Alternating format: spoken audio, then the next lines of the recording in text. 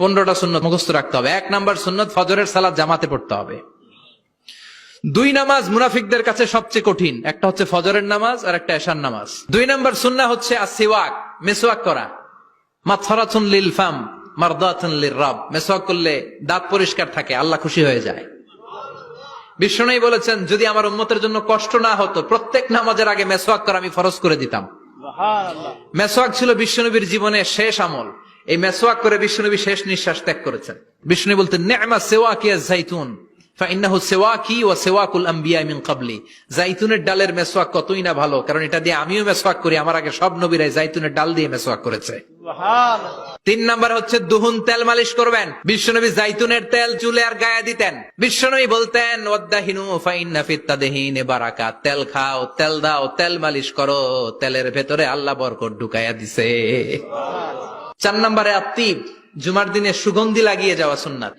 বিশ্বনবী বলতেন এই দুনিয়ার 3টা জিনিস আমার কাছে সবচাইতে প্রিয়। হুব্বিবা ইলাইয়া মিন দুনিয়াকুম সালাস, 1 হচ্ছে আন-নিসা, নারীদেরকে আমি পছন্দ করি। 2 হচ্ছে আত্তিব, সুগন্ধি লাগাতে আমি পছন্দ করি। বিশ্বনবীরে কেউ সুগন্ধি হাদিয়া দিছে, বিশ্বনবী নেয় না, এরকম কোন ঘটনা ঘটে নাই। আল্লাহু আকবার।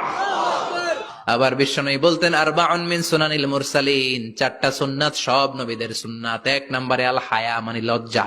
আরেক বর্ণনা এসেছে আল খিতান মানে সুন্নাতে খাতনা, এটা সব নবীদের ছিল। আর সেওয়াক, সব নবীরা মেসওয়াক করেছেন।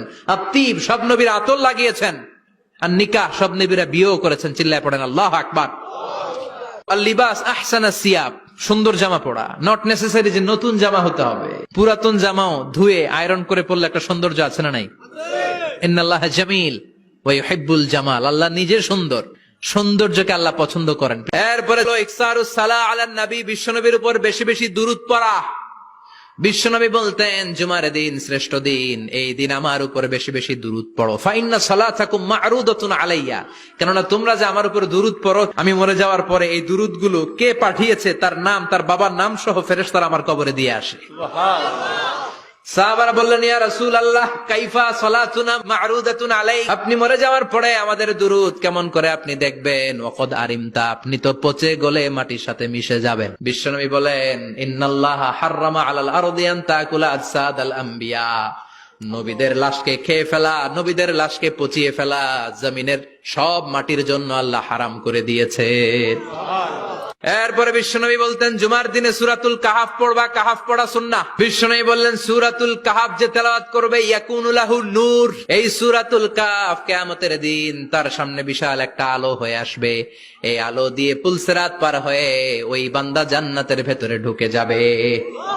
আবার বিশ্বনবী বলেন যারা সূরাতুল কাহাফের প্রথম 10 আয়াত তেলাওয়াত করবে জুমার দিন, শেষের 10 আয়াত যারা জুমার দিন তেলাওয়াত করবে, দাজ্জালের ফিতনা থেকে তাদেরকে মুক্ত রাখবে কে? এরপর আত-তাবকির ইলাল মসজিদ, মসজিদে আগে আগে যাওয়া সুন্নত। আগে যিনি যাবে উনি কি পাবে? তারপরে গরু, তারপরে বকরি, তারপরে মুরগি, মুরগির পরে ডিম না আন্ডা? আন্ডা। আল মাশিউ আলাল ইকদাম, বিশ্বনবী বললেন হেঁটে হেঁটে জুমার নামাজে যাওয়া সুন্নাহ। প্রতি কদমে কদমে আমলনামায় সওয়াব দিয়ে দিবে কে? এরপরে বিশ্বনবী বললেন আদামু তাখাত্তি রিকাবান নাস, মানুষের ঘাড় ডিঙ্গিয়ে সামনে না যাওয়া সুন্নাহ। অনেকে জুমার দিন আসে সবার শেষে বসতে চায় সামনে, এরকম ডাকাইত আছে না নাই? বিশ্বনবী জুমার খুতবা দিচ্ছেন, হঠাৎ এক সাহাবী সব সাহাবীর ঘাড় ডিঙ্গিয়ে ডিঙ্গিয়ে সামনে আসতেছে বুলেটের মতো। বিশ্বনবী বললেন থামো, এজেলেস বসো মিয়া, ফাকাদ আযাইতা ওয়া আনাইতা, আসছো দেরি করে আবার মুসল্লিদেরকে কষ্ট দিচ্ছ। যেখানে জায়গা পাবেন ওইখানে বসবেন, মানুষের ঘাট ডিঙ্গিয়ে সামনের কাতারে যাওয়া এটা ঠিক না। এরপরে বিশ্বনবী বললেন দুখুলুল মসজিদে রাকাতাইন, জুমার নামাজের দিন মসজিদে ঢোকার পরে 2 রাকাত পড়া সুন্নত। কয় রাকাত? 2 রাকাত। এরপরে বিশ্বনবী বললেন ইনসাত, চুপ থেকে খুতবা শুনবা। তাহলে জুমার নামাজে কথা বলা যাবে না, কেউ কথা বললে চুপ করো, এই কথাটাও বলতে বিশ্বনবী নিষেধ করেছেন। চিল্লায় বলেন ঠিক কিনা? এরপরে মজার একটা কথা বিশ্বনবী বলেছেন জুমার নামাজ পড়তে যেয়ে যদি কারো ঘুম আসে জায়গা চেঞ্জ করে বসো। পুরো মসজিদের ডানে বায়ে রহমতে ঠাসা, খালি ঘুম আর ঘুম, আছে না নাই? ঘুম আসলে কি করবেন?